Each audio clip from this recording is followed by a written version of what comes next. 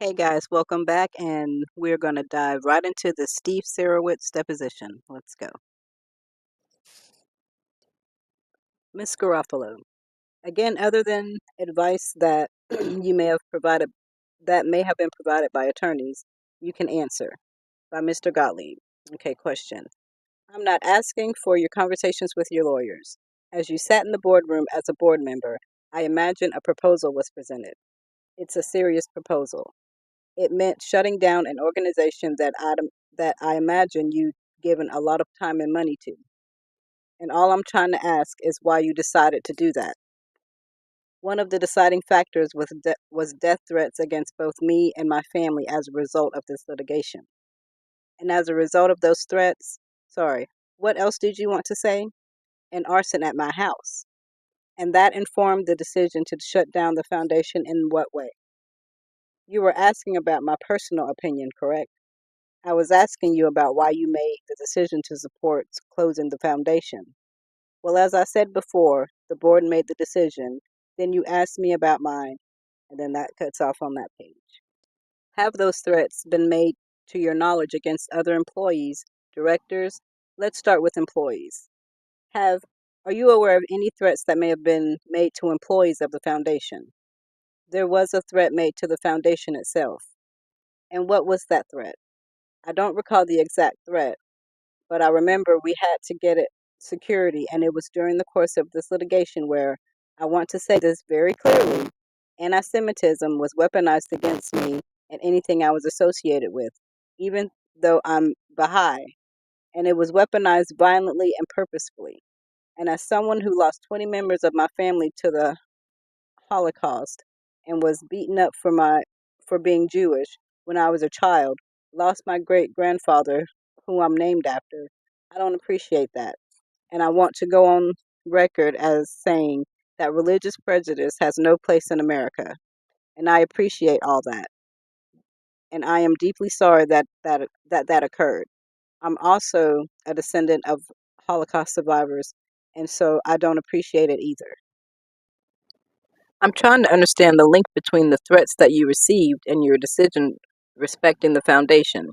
I think I understand you to be saying that that link is this threat that the foundation itself received. Am I understanding you correctly? In addition to the personal death threats, in addition to the death threats and kidnapping threats and arson against my family, the foundation also received a threat as a direct result of this litigation because of the actions taken by the people within this litigation, which were purposefully leveled against me and my family. And as a direct result, the anti-Semitic threats against you and the Wayfarer Foundation, you said, I think you just testified, are direct results of actions taken by people in this litigation. Yes. By which people? I don't know who authorized it, but I know it was done by someone on the other side. What was done by someone on the other side? Then we jump to, that doesn't surprise you? No, it does not. You're the financier of Wayfarer Studios? Yes. You're the co-founder? Yes. Is Wayfarer Studios an LLC? I believe so. Who are the members? I don't recall. Who are the shareholders? The major shareholders are Justin and myself. Do you know sorry, I didn't mean to interrupt. Did you have something else you wanted to say? Okay. Do you know what the ownership percentages are as of, let's start with today, between you and Mr. Baldoni? Not exactly. Do you have a rough estimate? I don't recall. You don't recall anything? You don't recall saying that? Do you dispute saying that? No. Do you recall giving an interview that is on YouTube titled Billionaire Steve Sarowitz on Wealth, Philanthropy, and Ethical Success in August of 2024? Yes. Do you recall saying about Mr. Heath that you could pull rank on him because it's your money in October of 2024? I don't recall the exact context. Is that true? Is what true? That the money in Wayfarer Studios is your money? Yes.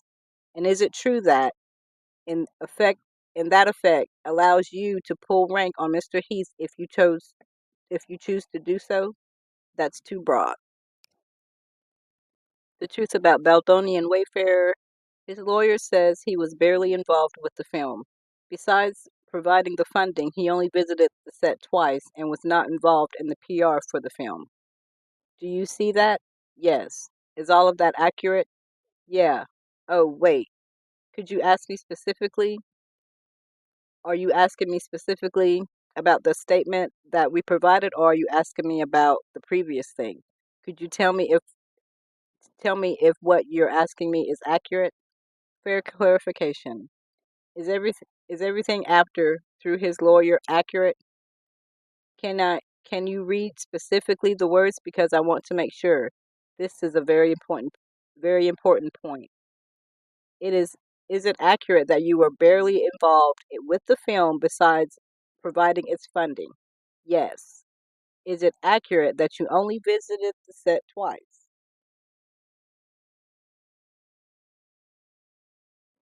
Never? Correct. Even after litigation was commenced? Correct. How do you define negatively? It's my testimony that the sole intent was to use my money to promote the truth about Baldoni and Wayfarer.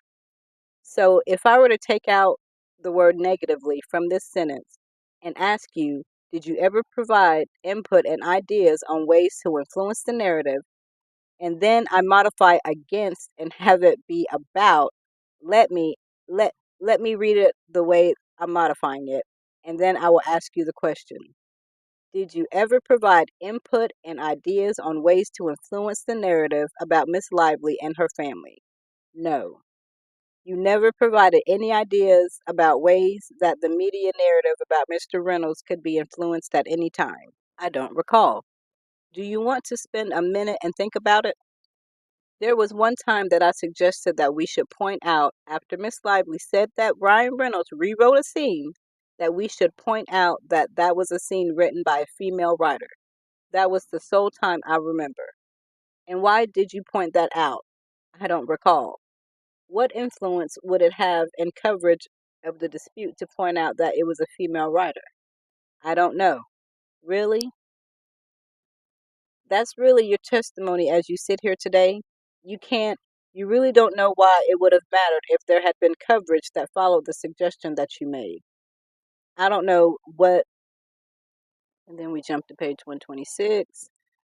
You really cannot think of a single piece of paper or document or file I could look at that would tell me that. I'm not involved in the day-to-day running of Wayfarer. I imagine you could talk to Wayfarer management and ask them. No one ever provided any kind of report to you in the ordinary course of your duties and responsibilities as the co-chairman of the studio that told you how much money this movie made? I don't recall. Do you recall giving interviews in which you talked about how much money the movie made opening weekend? Yes. Do you recall how much? No. Do you recall it being more than you anticipated? Yes. And that is I'd imagine, genuine sentiment that you were expressing to Mr. Baldoni? Yes. And you recall being very proud of the success of this movie in its opening days, right? Yes. Okay. And you say, your interviews have been sterling. Do you see that? Yes. Had you been watching some of Mr. Baldoni's press interviews in connection with the release of the film? Yes. And you thought they were sterling? Yes. Did you participate in any respect in any of the preparation in advance of Mr. Baldoni's interview? No. Did you yourself, did some interviews in the first couple of weeks that the film was released? Is that right? Can you be more specific? Sure. Did you do any media interviews in conjunction with the release of It Ends With Us? So either, let's call it the first couple of weeks of August 2024? Not specifically. Did you do any media interviews that occurred around that time? Yes. And did you prepare for those interviews with the assistance of people in advance of your interviews? Sorry, I'm not trying to hesitate. I'm just trying to remember. No, not really. Did you ever receive any kind of talking points or briefing materials in advance of the media interviews you were doing in the first 2 weeks of August 2024? Not that I recall. Did you ever discuss with Mr. Baldoni in advance of doing the interviews that you did what might be asked and what you might say? Yes. Okay, I will come back to that. Who did you ask? Ask what? Who did you ask the question to? Did we have any idea that this would be promoted this way? I never asked. You never asked anyone that question? Correct. Okay. Did you ever review any of the marketing materials for the film that were created by Wayfarer Studios? No. Did you ever review any of the marketing materials for the film that were created by Sony? No. Have you ever seen any marketing materials of any kind about the film that were created or influenced or edited by Miss Lively? I was not involved in the marketing. And so, therefore, you would have no way of knowing whether Miss Lively had any involvement at all in knowing in how the film was marketed. I was told that Miss Lively and Sony took over the marketing by Jamie. Would it surprise you to learn that every document that has been produced in this case, that, and then it cuts off. Right down to the next question. Was Wayfarer paying for the PR teams? I don't know the details. I just literally don't. Would you would you have to approve that before Wayfarer hired a PR team? No. And in this case, you're aware that the agency group was retained to perform crisis communication services. Is that correct? Yes, for the reasons I've already stated. I can go through them again if you like. Well, that's not my question. Did you approve the hiring of the agency group? No. Were you asked your opinion on it before they were retained? No. Did you vet the agency group before they were retained? No. Did you have any conversation with Melissa Nathan before they were retained? No. How about street relations? Are you familiar with street relations? Yes. You are aware that street relations was at one point retained by Wayfarer? Yes. Did you, were you asked for your view on that retention? I don't recall. Did you approve? Okay, strike that. Did you speak with Jed Wallace, the head of street relations, before street relations was retained? I don't recall. Do you recall anything about the retention of street relations? They were retained in regards to, actually, let me change my answer. No, I was not consulted before they were hired. I just had to remember. Okay, what did you just remember? I just remembered when they were hired. Because at that point, I was not involved in the day to day. Okay, when were they retained? I believe, I'm not 100% sure, sometime around August of 2024. And how I wasn't involved in that decision. How do you recall learning about that? I don't recall. Do you recall learning about street relations? Not 100% sure because we've been through this case for, I guess it's been a year and a half, a year now, and we've gone through this. And so there's been a lot that's been reported. So in my memory, it may be a little bit confused. But to my knowledge now, I'm not sure if I knew it then. Street Relations was monitoring the negative press against us that was being put out by the Lively camp. What does that mean, monitoring? Helping with our crisis PR. So what does it mean? What does it mean to monitor social media or PR press? And I think here he was being asked what was being said that was defamatory to him or about him. And his answer is, again, sorry, I'm just trying to get clarification. I'm not trying to be difficult. During the course of the complaint or as part of the complaint, would that be considered, since that was public in the New York Times and Ms. Lively was the source of that statement? Would that count? That's for you to tell me. Would that And then Ms. Garofalo says, why don't you answer the question with what you believe she publicly said through the New York Times? Okay, through the New York Times, in the course of the complaint, it was said that I was on set for a scene where she was scantily clad and that I was a non essential person. While I might have technically been non essential, I did invest $30 million and paid for her salary, or at least my share of it, as well as the other actors, and I consider that to be essential. Miss Lively considers that not not to be essential. She can send me a check. I can give her an address or you could give it to her. But beyond that, I was not on set for that scene. And although I don't have direct, and then it cuts off from there. That's all I'm interested in, is how your understanding of how you, Steve Sarowitz, were personally defamed. And what she testified to in her deposition, we're going to bracket that. Okay, I think I understand you. I think I understood you to say you believe that there were things in the CRD complaint and the New York Times article that you found to be defamatory about you. Yes. Okay. And the example that you gave that, I believe, was an allegation about a time when it was alleged that you were on set for a scene where Miss Lively was acting out the scene of giving birth. Is that right? Yes. I want to add one other thing to what I said. Okay. It was insinuated that I went on set for particularly that scene. I didn't know what scenes were being filmed. Again, I wasn't on set for that scene, but I did not. It was insinuated that I went on set for that particular scene. Of course, like I said, I wasn't on set for that particular scene.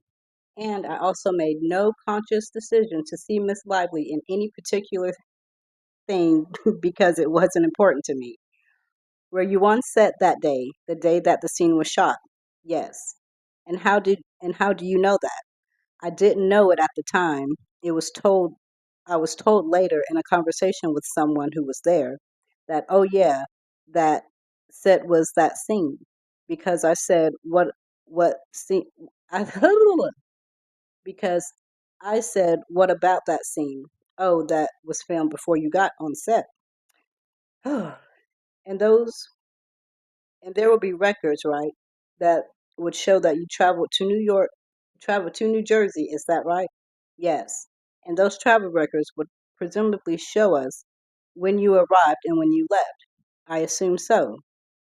Do you have a calendar or diary that you keep? By diary, I mean a calendar. Do you keep a calendar? I do, but it wouldn't specifically say which scenes I was there for. Okay. And then would the same be true for intentional negligent interference with prospective economic advantage? Not about you personally. I'm not as certain on that one.